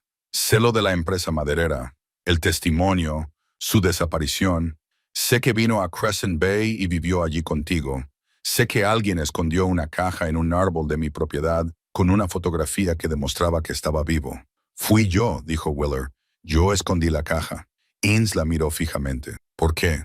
Porque él me lo pidió hace años, antes de enfermar. Me dijo, si le pasaba algo, si no lo conseguía, debía asegurarme de que tú supieras la verdad. ¿Qué verdad? Que nunca dejó de quererte, que se marchó para protegerte, que cada día durante 25 años te ha llevado consigo. A Ince le temblaban las manos. ¿Está vivo? La expresión de Wheeler se suavizó, y en ese momento Ince vio la respuesta antes de que Wheeler hablara. Sí, pero se está muriendo. Las palabras quedaron suspendidas en el aire entre ellos. Cáncer, continuó Willer. Etapa 4. Le quedan unos meses, quizá menos. ¿Dónde está? En un centro de cuidados en Bellingham. Lleva allí 6 meses. ¿Por qué no se puso en contacto conmigo? ¿Por qué esperar hasta ahora? Porque hasta ahora no era seguro. La empresa maderera nunca dejó de buscarlo. No oficialmente, pero tenían gente, investigadores privados, intermediarios. Papá pasó 25 años siendo cauteloso, permaneciendo oculto, mudándose cuando era necesario. No podía arriesgarse a llevarlos hasta ti. Pero ahora se está muriendo. Y los moribundos dejan de ser una amenaza. A la empresa ya no le importa. Así que me pidió que dejara la caja donde la encontrarías, para darte una opción. ¿Qué opción? Si venir a buscarlo, si querías saber la verdad, o si preferías seguir creyendo que estaba muerto. Dijo que tenía que ser tu decisión. Inns cerró los ojos. 25 años. 25 años había vivido creyendo una mentira, y resultó que la mentira era para protegerla. Cuéntame todo, dijo. Desde el principio. Will asintió y comenzó. Mi madre murió cuando nací. Se llamaba Anne. Ella y papá no estaban casados. Eran jóvenes. Apenas tenían 20 años. Cuando ella murió, papá me crió solo. Todavía estaba en la universidad estudiando botánica. Pasamos apuros, pero nos las arreglamos. Entonces te conoció. Yo tenía unos 3 años. Se enamoró completamente de ti. Quería contarte lo mío, pero tenía miedo. Miedo de que te fueras si sabías que tenía un hijo. Miedo a complicar las cosas. Así que me mantuvo en secreto. Contrataba niñeras cuando estaba contigo. Mantenía nuestras vidas separadas. Cuando os casasteis, casi te lo contó. Casi. Pero para entonces la mentira era demasiado grande y se convenció a sí mismo de que era algo temporal, de que pronto te lo contaría, de que encontraría la manera de reunirnos a todos. Pero entonces ocurrió lo de la empresa maderera. Papá descubrió lo que estaban haciendo, la tala ilegal, los informes falsificados. Acudió a las autoridades porque era lo correcto. No se dio cuenta de lo peligroso que era hasta que lo amenazaron. Vinieron a nuestra casa, 2 hombres. Le dijeron que si testificaba se asegurarían de que se arrepintiera. Mencionaron tu nombre. Dijeron que sería fácil provocar un accidente. Papá entró en pánico. Acudió a la policía, pero no había pruebas suficientes para protegerlo. Faltaban unas semanas para el juicio y él sabía que si testificaba irían a por él y a por ti. Así que tomó una decisión. Fingió su muerte. Hizo que pareciera un accidente de senderismo. La empresa maderera se lo creyó. La policía se lo creyó. Tú te lo creíste. Y entonces desapareció conmigo. Nos fuimos a Crescent Bay porque era un lugar pequeño y apartado. Nos cambió los nombres y nos mantuvo escondidos. Me educó en casa. Vivimos tranquilamente. Sobrevivimos. Inés escuchaba con lágrimas corriendo por su rostro. Lo hizo para protegerme. Lo hizo para protegernos a los dos, pero especialmente a ti. Dijo que no podría vivir consigo mismo si te pasaba algo por culpa de sus decisiones. La caja, las cartas y las fotografías. ¿Por qué las guardaba? Porque te quería. Porque aunque no podía estar contigo, necesitaba tener algo tuyo cerca. Solía mirar esas fotografías y contarme historias sobre cómo se conocieron, sobre su boda, sobre la vida que habían planeado juntos. Hablaba de mí todo el tiempo. Me enseñó a dibujar plantas utilizando tus técnicas. Me enseñó tus ilustraciones, las que había conservado. Decía que eras el mejor artista botánico que había visto nunca. Willer se levantó y se dirigió a una estantería, de donde sacó un cuaderno de dibujo encuadernado en cuero. Se lo entregó a Inns. En su interior había dibujos botánicos, precisos, detallados, hermosas flores alpinas, helechos, lichens. El estilo le resultaba familiar, recordándole las técnicas que había desarrollado años atrás. Me enseñó, dijo Willer, todo lo que sabía, todo lo que había aprendido de ti. Quería que yo continuara con ese legado. Inns pasó los dedos por los dibujos. Son preciosos. Intenté que se sintiera orgulloso de honraros a ambos. ¿Sabe que lo estoy buscando? Lo llamé ayer, después de que el investigador privado se pusiera en contacto con la estación de investigación. Le dije que quizá vendrías y se echó a llorar. ¿Qué dijo? Que esperaba que vinieras, que quería verte una vez más, si tú se lo permitías. Inns miró a Willer. ¿Me llevarás con él? Sí, pero Inns, debes saber que ya no es el hombre que tú recuerdas. El cáncer le ha quitado 25 años cargando con la culpa. No me importa cómo esté, solo necesito verlo. Will asintió. Podemos irnos mañana por la mañana. Está a unas 2 horas de aquí. Esa noche, Inns se quedó en las habitaciones de invitados de la estación de investigación. Se quedó despierta, con la mente dando vueltas a todo lo que Wheeler le había contado. Julian la había protegido. Lo había sacrificado todo, su matrimonio, su vida juntos, su carrera, para mantenerla a salvo. Y ella había pasado 25 años odiándolo por ello. No odiándolo exactamente, sino levantando muros contra el recuerdo de él, negándose a permitirse llorar su pérdida por completo, porque el dolor amenazaba con consumirla. Ahora esos muros se estaban derrumbando, y no sabía qué quedaría cuando cayeran. Por la mañana, Wheeler los llevó a Bellingham en una camioneta destartalada, muy parecida a la de Inns. No hablaron mucho. Wheeler parecía entender que Inns necesitaba silencio, necesitaba tiempo para prepararse. El centro de cuidados era pequeño y tranquilo, una casa reformada en una calle residencial. Wheeler los registró y una enfermera los condujo por un pasillo hasta una habitación al final. «Está teniendo un buen día», dijo la enfermera, alerta y tranquila. «Pero por favor, no se queden mucho tiempo. Se cansa fácilmente». Wheeler apretó la mano de Inns. «Esperaré fuera. Tómate todo el tiempo que necesites». Inns se quedó sola en el pasillo, mirando la puerta cerrada. Detrás de ella estaba Julian, el hombre al que había amado, el hombre que había perdido, el hombre que había vivido toda una vida de la que ella no sabía nada. Abrió la puerta. La habitación era pequeña y soleada, con las ventanas abiertas para dejar entrar el aire primaveral. Había una cama, una silla, una mesita cubierta de libros y papeles, y en la cama, recostado sobre almohadas, estaba Julian. Parecía viejo, no solo mayor, viejo en el sentido en que la enfermedad envejece aún una persona, vaciándola por dentro. Tenía el pelo blanco y fino. Su rostro estaba demacrado, con los huesos afilados bajo la piel como papel. Pero sus ojos eran los mismos, marrones oscuros, inteligentes, amables. Esos ojos se encontraron con los de ella y él empezó a llorar. «Inns», susurró. Ella cruzó la habitación en 3 pasos y se sentó en la silla junto a su cama. De cerca, pudo ver lo enfermo que estaba. La vía intravenosa en su brazo, el tubo de oxígeno en su nariz, la forma en que sus manos temblaban sobre la manta. «Estoy aquí», dijo ella. «No pensé que vendrías». Lo esperaba, pero no lo creía. Se le quebró la voz. Ella extendió la mano y le tomó la suya. Estaba fría y ligera, como si no quedara nada de él salvo huesos y piel, pero era su mano, y ella la reconocería en cualquier lugar. «Wheeler me lo contó todo», dijo ella. «Lo siento, Dios». «Inns, lo siento mucho».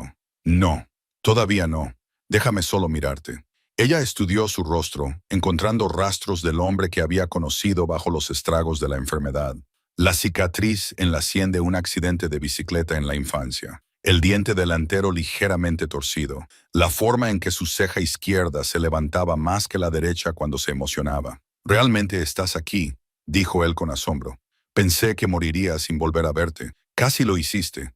Quería contactar contigo tantas veces. Después del primer año, después de 5 años, después de 10. Cogía el teléfono y marcaba tu número. Todavía me lo sabía de memoria, pero colgaba antes de que sonara. Tenía mucho miedo de que lo rastrearan, miedo de ponerte en peligro».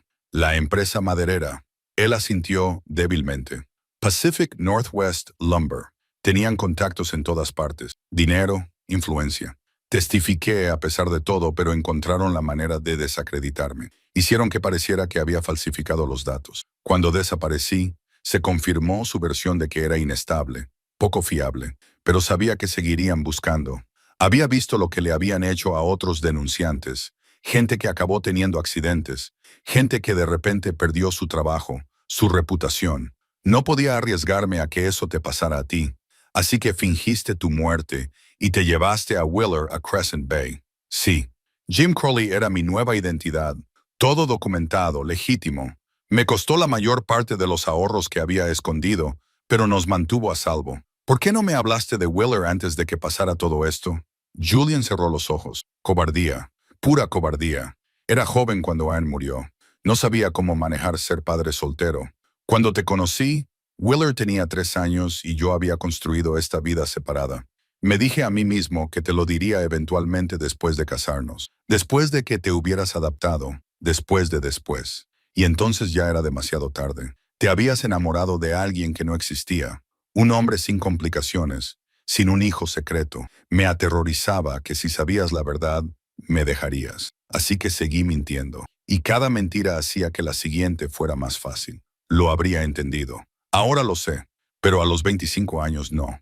Fui un idiota. A pesar de todo, Inns sintió una pequeña sonrisa en los labios. Lo fuiste. Siento haberte robado 25 años. Me estabas protegiendo, explicó Wheeler.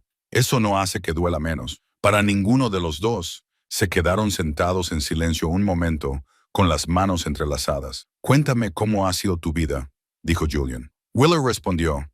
Has estado viviendo en las montañas. Construí una cabaña, la que siempre habíamos hablado, pero no juntos. ¿Es como lo imaginábamos? Es tranquilo, apacible, trabajo duro, pero satisfactorio. ¿Dibujas? Inns negó con la cabeza. Dejé de hacerlo después de que murieras. No podía coger un lápiz. Los ojos de Julian se llenaron de lágrimas de nuevo. Inns, no. Tenías mucho talento. Me dolía demasiado. Todo me recordaba a ti. Las plantas que habíamos estudiado juntos. Las técnicas que me animabas a probar. Era más fácil dejarlo. Es culpa mía. Dios, todo es culpa mía. Para, dijo ella con firmeza. Ambos hemos perdido bastante. No quiero pasar el tiempo que nos queda echándonos la culpa. ¿Qué? ¿El tiempo que nos queda? Lo dijo en voz baja, reconociendo la realidad. Los médicos dicen que semanas, quizá un mes. Entonces lo aprovecharemos. No malgastaremos más tiempo. Te quedarás. Mientras tú estés aquí, yo también estaré aquí. Julian llevó su mano a sus labios y la besó suavemente. No te merezco.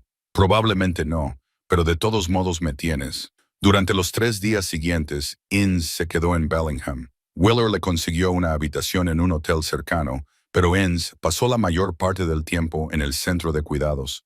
Sentada junto a Julian, hablaron de todo. De sus primeros días juntos, de su boda, de sus sueños. Julian le contó sobre la infancia de Wheeler, los años en Crescent Bay, los pequeños momentos de alegría que había encontrado a pesar del dolor de perder a Inns.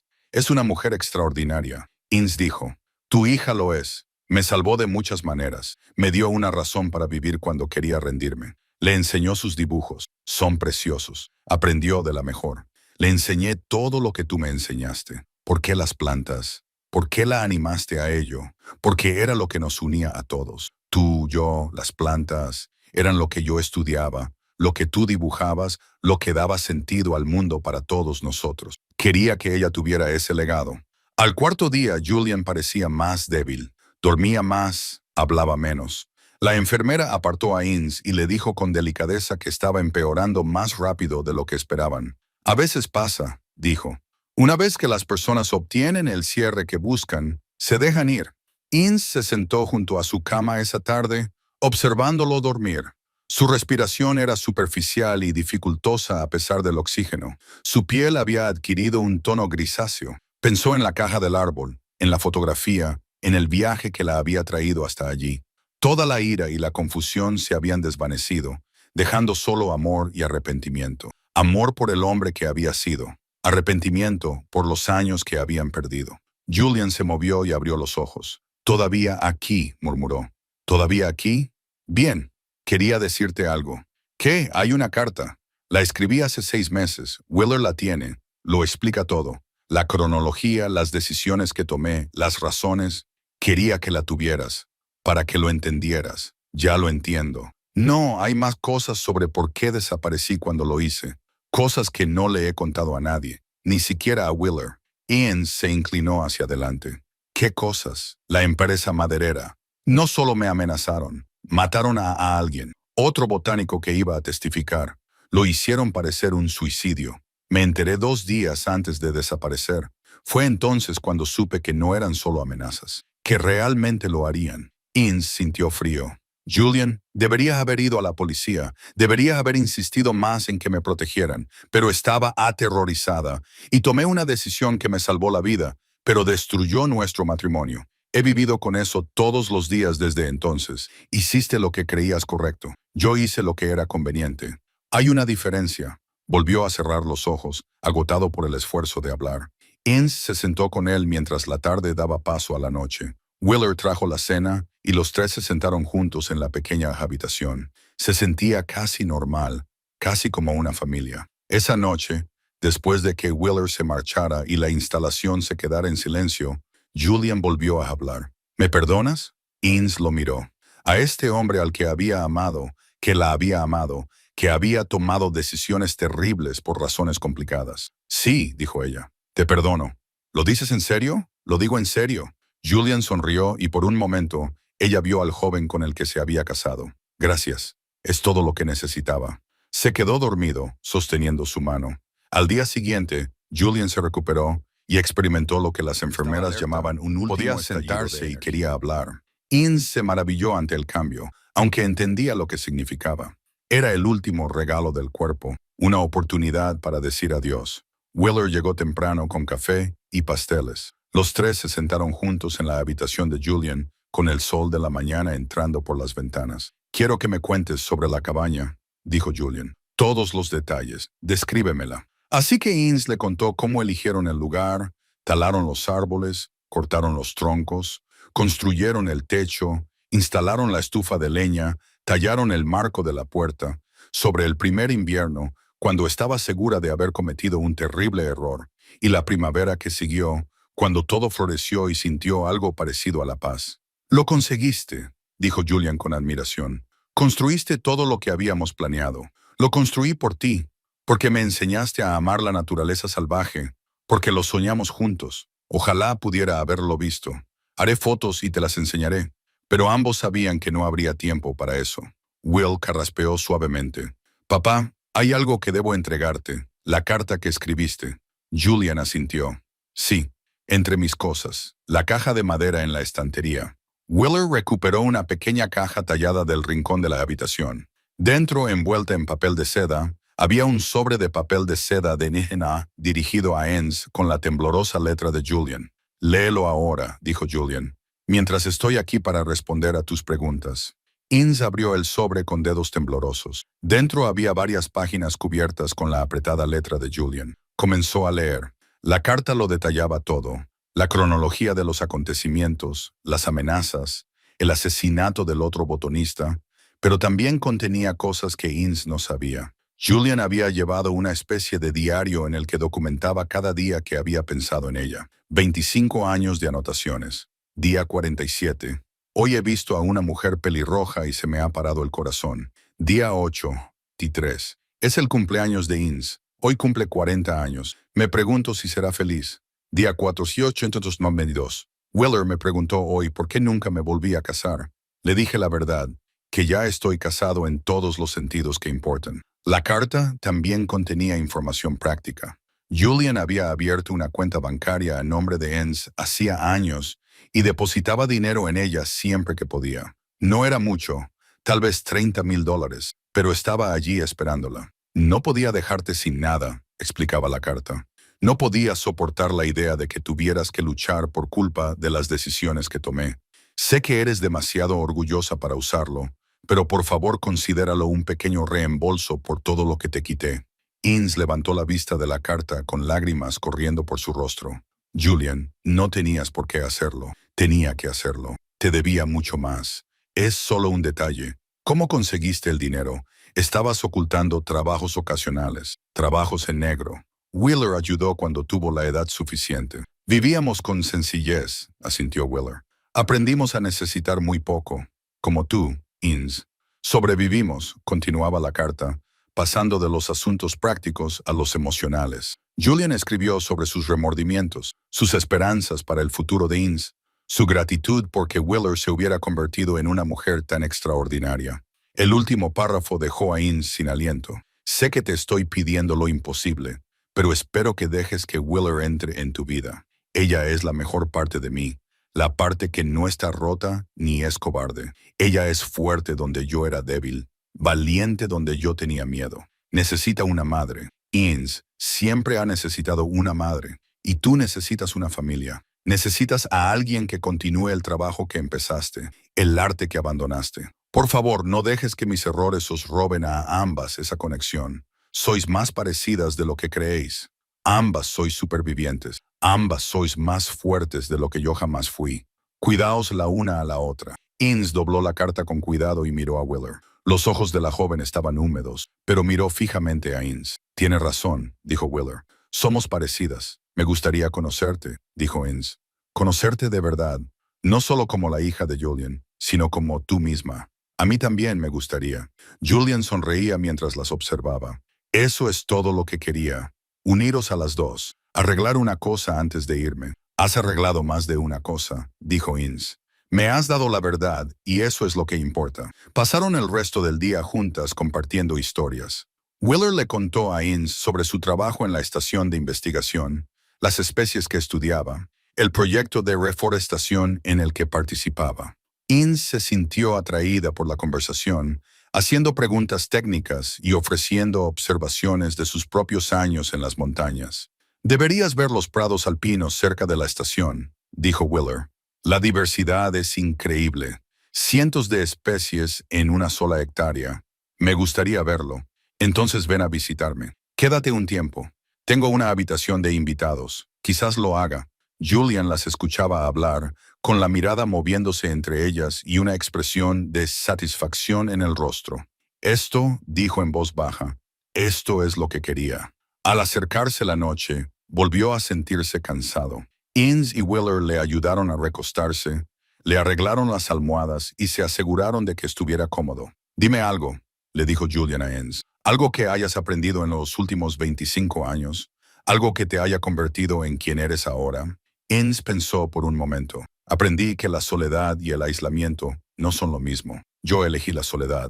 Construí una vida en torno a ella, pero me sentía solo, aunque no lo admitiera. Pensaba que estar solo significaba estar a salvo, pero en realidad solo significaba estar separado. Y ahora creo que quizá estoy listo para estar menos separado. Bien, dijo Julian en voz baja. Eso está bien. Volvió a quedarse dormido, con la respiración superficial pero constante. Inns y Wheeler se sentaron a ambos lados de él, vigilándolo.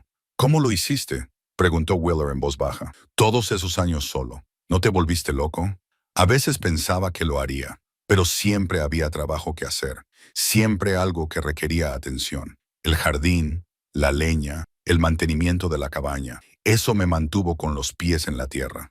Papá dijo que eras artista, que dibujabas plantas. Lo era. No estoy seguro de seguir siéndolo. La memoria muscular no olvida. Podrías volver a hacerlo. Quizás me vendría bien un ilustrador, dijo Wheeler. Para mi investigación, las fotografías no captan los detalles que necesitamos. He estado haciendo mis propios dibujos, pero no son, titubeó. No son tan buenos como los tuyos. ¿Nunca has visto mi trabajo? Sí, lo he visto. Papá guardaba tus dibujos, los de la caja y otros. Me los enseñó cuando estaba aprendiendo. Dijo que debía estudiar tu técnica. ¿Te ayudó? Sí, pero prefiero aprender directamente de ti. Inns se quedó callada, pensando que volver a dibujar, coger un lápiz y plasmar una planta con todo detalle era a la vez aterrador y emocionante. Lo pensaré, dijo. Se sentaron en un cómodo silencio, escuchando la respiración de Julian. Afuera cayó la noche y los sonidos del centro de cuidados se apagaron. Las enfermeras pasaban de vez en cuando, pero en general estaban solos. Hacia medianoche Julian se despertó brevemente. Miró a Inns y luego a Wheeler. Mis dos personas favoritas, murmuró. Juntos. Es perfecto. Estamos aquí, papá, dijo Wheeler. No lo dejes, le dijo Julian a Inns. Cuando yo ya no esté, no dejes solo a Wheeler. No lo haré. Prométemelo. Lo prometo. Sonrió y volvió a cerrar los ojos. Bien. Eso está bien. Su respiración se ralentizó y se hizo más profunda. Inns le cogió la mano y sintió su pulso latir bajo sus dedos. La enfermera entró, comprobó sus constantes vitales y los miró con simpatía. Ya no le queda mucho, dijo con delicadeza. Unas horas, quizá un día como mucho. Inns asintió. Ya lo sabía. Lo había sentido en cómo la piel de Julian se había enfriado, en cómo su agarre se había debilitado. Wheeler apoyó la cabeza en el hombro de Inns y ésta la rodeó con el brazo. Se quedaron así toda la noche, dos mujeres que apenas se conocían, unidas por el amor al mismo hombre. Al amanecer, cuando la primera luz tocó la ventana, Julian respiró hondo y exhaló lentamente, y entonces se fue. El silencio en la habitación era absoluto. Inns se sentó sosteniendo la mano de Julian, sintiendo cómo el calor abandonaba lentamente su piel. A su lado, Willow lloraba en silencio, con la cara apoyada en el hombro de Inns. La enfermera entró, confirmó lo que ya sabían y las dejó solas para que se despidieran. Pensé que le había dicho adiós hace 25 años, dijo Ince en voz baja. Pensé que ya había hecho el duelo, pero esto es diferente. Esto es real. Wheeler dijo que sí. Se quedaron sentados durante mucho tiempo, sin querer ser los primeros en marcharse. Finalmente, Wheeler se levantó y besó la frente de su padre. Adiós, papá. Gracias por todo. Ince también se levantó. Miró el rostro de Julian, ahora tranquilo, libre de dolor. Pensó en el joven con el que se había casado, en la vida que habían planeado, en los años que habían perdido. Gracias por protegerme, susurró. Y gracias por Wheeler. Lo besó suavemente y se dio la vuelta. Los días siguientes pasaron en una confusión de preparativos. Julian había dejado instrucciones, quería ser incinerado y que sus cenizas fueran esparcidas en las montañas, sin funeral, sin ceremonias, solo ellos dos, devolviéndolo a los lugares salvajes que tanto amaba. Wheeler se encargó del papeleo con silenciosa eficiencia. Enz ayudó en lo que pudo, pero sobre todo estuvo allí para apoyar, como una presencia constante, mientras Wheeler se ocupaba de los trámites de la muerte. Se quedaron juntos en la casa de Wheeler, un pequeño lugar cerca de la estación de investigación. Era sencilla y funcional, muy parecida a la especímenes de plantas secándose en todas las superficies. Una sensación de desorden útil. «Vives como yo», observó Ince. «Aprendí de la mejor», dijo Wheeler con una pequeña sonrisa.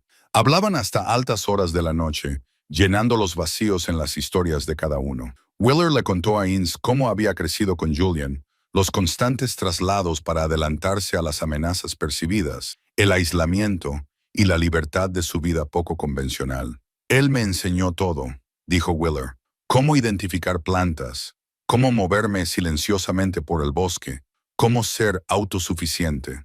Pero también me enseñó sobre ti. Se aseguró de que supiera que había una mujer extraordinaria que lo había amado, a la que él había amado. No quería que pensara que había elegido nuestra vida en lugar de estar con alguien a quien amaba. Quería que entendiera que lo había elegido para mantenerte a salvo». «¿Me guardabas rencor?», pregunté. Wheeler reflexionó sobre la pregunta. «A veces, cuando era adolescente, pensaba que era injusto tener que esconderme por las amenazas a alguien a quien nunca había conocido. Pero a medida que fui creciendo, lo entendí. Papá tomó la mejor decisión que pudo en una situación imposible, y se aseguró de que yo supiera de tu existencia, no como un fantasma, sino como una persona real a la que aún amaba. Te enseñó mis dibujos, todos los que tenía. Me habló de tu proceso, de tu técnica. Me dijo que podías pasar horas trabajando en una sola hoja para que cada nervadura quedara perfecta. Me dijo que verte trabajar era como ver a alguien rezar». Ince sintió que se le llenaban los ojos de lágrimas. Había olvidado eso de mí misma. Quizás tú lo recuerdes. Al tercer día, tras la muerte de Julian, condujeron hasta las montañas para esparcir sus cenizas. Wheeler había elegido un lugar cerca de la estación de investigación, una pradera alta llena de flores silvestres rodeada de un bosque antiguo. Caminaron juntos, llevando las cenizas de Julian en una sencilla caja de madera. El día era claro y cálido, el tipo de día que a Julian siempre le había gustado. En la pradera se sentaron un rato sin hablar. El viento soplaba entre la hierba, trayendo el aroma de los pinos y las flores. «A él le habría gustado este lugar», dijo Ince. «Le gustaba. Veníamos aquí a menudo. Decía que le recordaba al lugar donde vivías. Las cascadas son diferentes, pero sí, la sensación es la misma». Wheeler abrió la caja y se puso de pie. Ince se unió a ella. Juntos caminaron por la pradera, esparciendo las cenizas de Julian entre las flores. El viento las cogió y las llevó hacia el bosque y el cielo más allá. Cuando la caja quedó vacía, se quedaron de pie, cogidos de la mano, viendo cómo las cenizas se posaban. «Ahora es libre», dijo Wheeler. «Sí, por fin libre». Bajaron mientras el sol se ponía, pintando el cielo de tonos dorados y rosados. En el coche, Wheeler dudó. «¿Qué vas a hacer ahora?», le preguntó ella. «Volver a tu cabaña». Ince había estado pensando en esa pregunta desde que Julian murió. La cabaña seguía allí, esperándola, pero ahora se sentía diferente, menos como un santuario y más como una prisión autoimpuesta. «No lo sé», dijo con sinceridad. «Una parte de mí quiere volver. Es mi hogar. Pero otra parte piensa que quizá es hora de algo diferente. Podrías quedarte aquí un tiempo. Ayúdame con mi investigación. Hay mucho espacio. No podría molestar». No molestas. Papá quería que nos conociéramos, que fuéramos una familia. Me gustaría, si tú quieres. Enz miró a esta mujer que era una desconocida, y sin embargo, con Cam, de alguna manera familiar, la hija de Julian. Alguien que entendía las plantas, las montañas y la soledad. Alguien que llevaba la mitad del ADN de Julian y toda su pasión por el mundo natural. A mí también me gustaría, dijo Inz. Inz se quedó.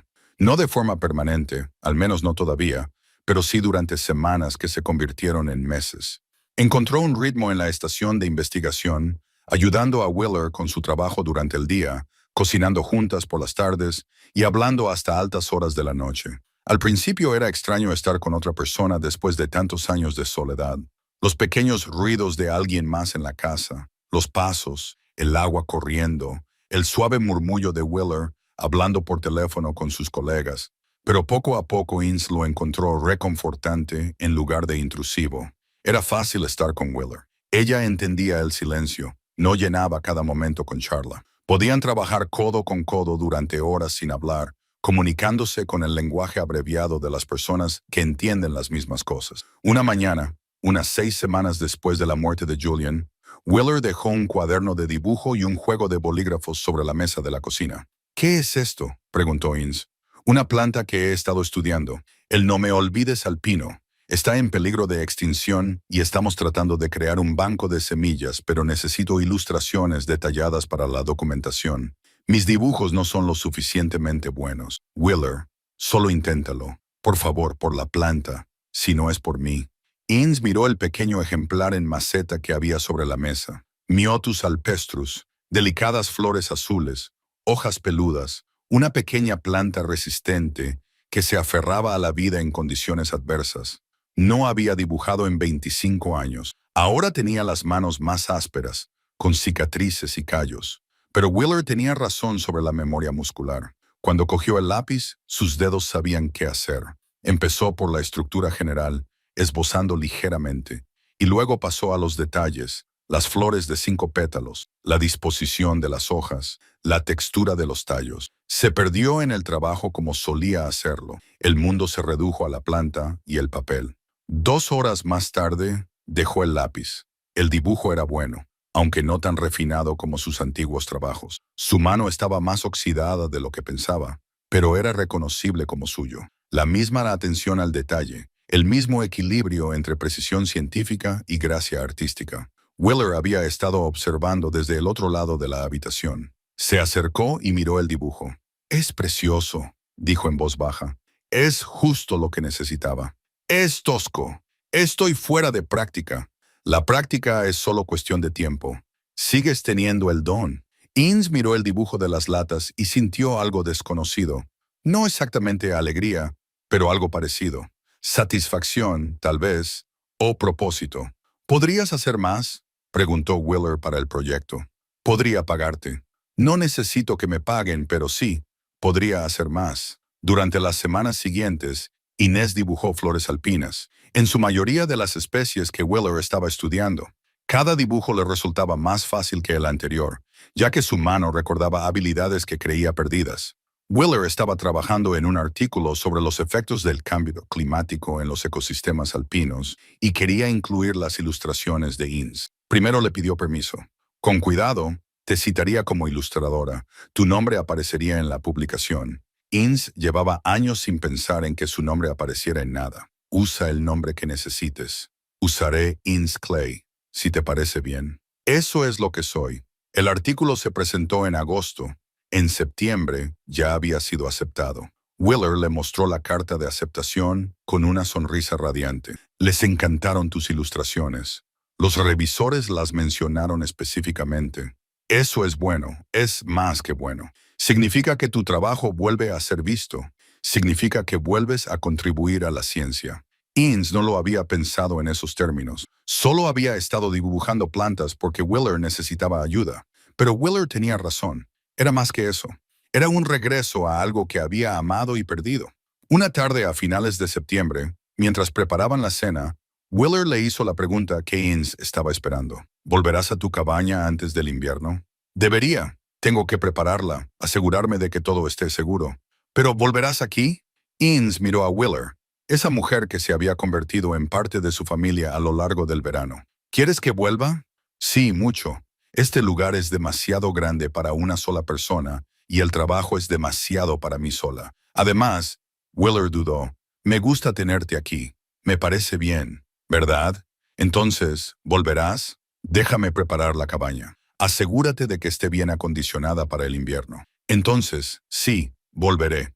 Quizás no de forma permanente, pero sí con regularidad. Eso es suficiente. Innes se marchó a su cabaña a principios de octubre, conduciendo por la familiar carretera de vuelta a las montañas. La cabaña estaba tal y como la había dejado, polvorienta, pero intacta. Pasó una semana limpiando, reparando y acondicionándola para el invierno. Cortó leña, revisó el techo y almacenó provisiones. Pero algo había cambiado. La cabaña ahora parecía más pequeña, más solitaria.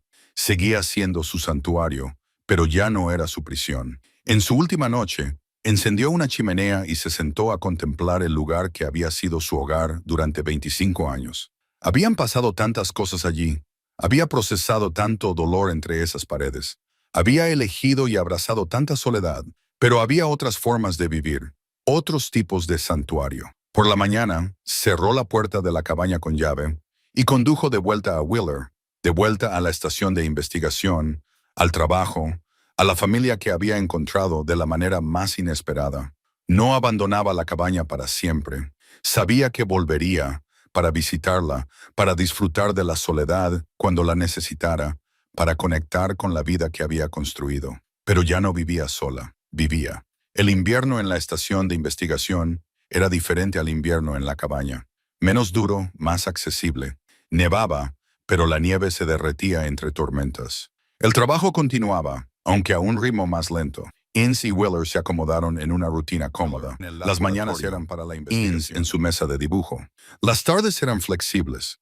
A veces trabajo de campo, a veces mantenimiento, a veces simplemente leer junto al fuego. Las noches eran para cocinar y conversar.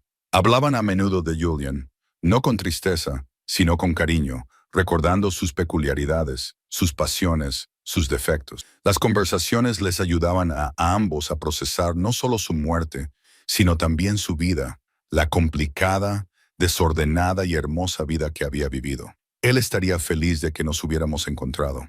Willer dijo una noche, él lo orquestó, la caja en el árbol, el rastro de migas de pan. Él quería esto.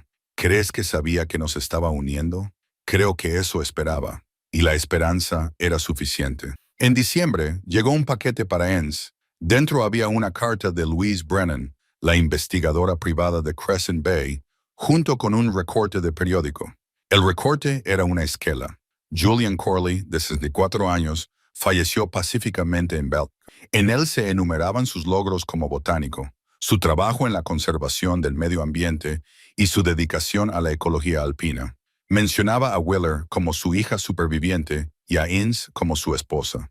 Willer debió de escribir esto, dijo Innes, mostrándole el recorte. Lo hice. Quería que la gente supiera la verdad, o al menos toda la verdad que se podía contar. Tú eras su esposa. Deberían reconocerte como tal. Innes volvió a leer el obituario y vio su nombre impreso junto al de Julian. Le pareció bien, un reconocimiento público de lo que siempre había sido cierto, que se habían amado, que su vínculo había sobrevivido a la separación, al secreto y al tiempo. La carta de Louise era breve. Pensé que te gustaría ver esto. El obituario apareció en los periódicos de toda la costa. Varios antiguos colegas de Julian se pusieron en contacto conmigo para pedirme más información. Les conté lo que pude. Ahora se recuerda su legado y también su valentía. Eso es importante. Era importante. Julian había sacrificado su carrera, su reputación, su vida para hacer lo correcto. Y ahora, por fin, se reconocía ese sacrificio. En enero, Innes recibió una llamada inesperada. La Universidad de Washington quería montar una exposición de ilustraciones botánicas y habían oído que ella tenía obras importantes. ¿Estaría interesada en contribuir? Su primer instinto fue rechazar la oferta, pero Willer la animó. Tu trabajo debe ser visto. Es demasiado bueno para mantenerlo oculto. No he dibujado profesionalmente en décadas, pero tus dibujos actuales son hermosos, obras publicables. Deja que la gente los vea. Así que Innes aceptó. Les envió 20 ilustraciones, obras antiguas de antes de la desaparición de Julian y obras nuevas de sus meses en la estación de investigación. El conservador quedó encantado y las calificó de exquisitas y científicamente significativas. La exposición se inauguraría en abril. Al acercarse la primavera, Ince se encontró pensando en el futuro por primera vez en años. No solo en el futuro inmediato, sino en los años venideros. ¿Qué quería? ¿Qué le aportaría satisfacción y sentido a su vida? La respuesta la sorprendió por su sencillez. Quería dibujar plantas, trabajar con Wheeler y mantener conexiones con el mundo más allá de las montañas. No era una gran ambición, ni un cambio drástico, solo una vida con equilibrio, soledad y comunidad, trabajo y descanso, recuerdos y esperanza. En marzo, ella y Wheeler condujeron hasta Seattle para reunirse con la universidad sobre la exposición. Era la primera vez que Ince visitaba la ciudad en 25 años. Los cambios eran abrumadores. Nuevos edificios, nuevas autopistas, tecnología que apenas entendía. Pero el campus universitario le resultaba familiar. Los árboles que recordaba eran más viejos, pero reconocibles. El Museo Burke, donde se exhibirían sus obras, le hizo sentir como si volviera a casa. La conservadora les mostró el espacio de exposición y les explicó cómo montarían las ilustraciones y qué texto las acompañaría. Wheeler se quedó junto a Ince, radiante de orgullo. «A tu madre le habría encantado esto», le dijo la conservadora a Wheeler, dando por sentado que eran madre e hija. Wheeler no la corrigió. A Ince tampoco.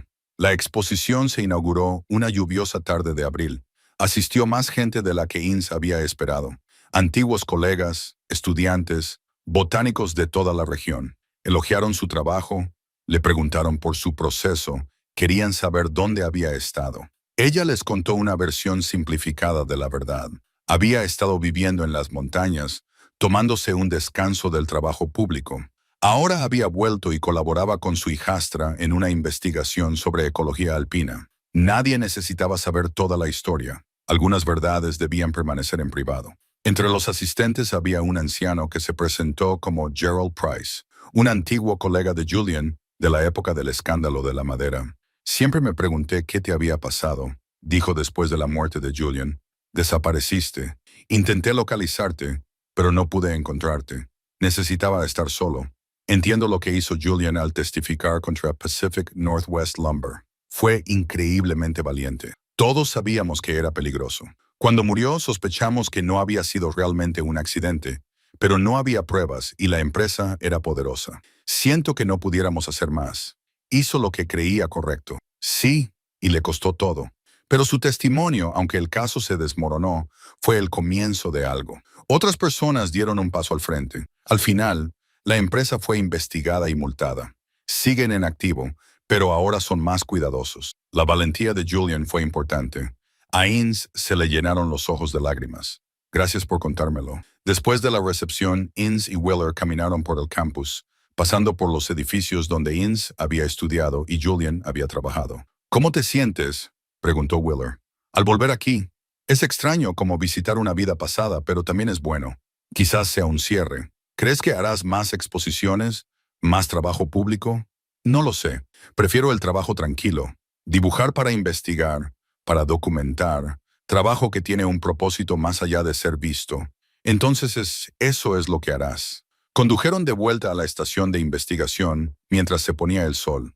Las montañas se alzaban ante ellos, aún cubiertas de nieve, hermosas e indiferentes. Ince pensó en el viaje que la había traído hasta allí, desde el dolor hasta el aislamiento y la conexión inesperada. Desde creer que Julian estaba muerto, hasta descubrir que había vivido, amado y protegido desde la distancia. Desde la soledad hasta la familia. No era la vida que había planeado. No era la vida que creía querer, pero era una buena vida. Una vida con significado, propósito y amor. En la estación de investigación, Wheeler preparó té mientras Ince avivaba el fuego. Se sentaron juntos en un cómodo silencio, contemplando las llamas. «Me alegro de que me hayas encontrado», dijo Wheeler al fin. «Me alegro de que dejaras la caja donde pudiera encontrarla. Papá tenía razón. Nos necesitábamos el uno al otro». Sí, así era. Afuera, la tarde primaveral se desvaneció en la noche. Dentro, el fuego ardía cálido, y dos mujeres que habían sido desconocidas se sentaban como una familia, unidas por la pérdida y el amor y el paciente trabajo de la curación. Inso cogió su cuaderno de dibujo y comenzó a dibujar. Un no me olvides representado con minucioso detalle, cada pétalo, cada hoja, cada pequeño pelo del tallo. El trabajo de toda una vida se reanudaba. El trabajo de recordar, honrar y seguir adelante. El trabajo de vivir.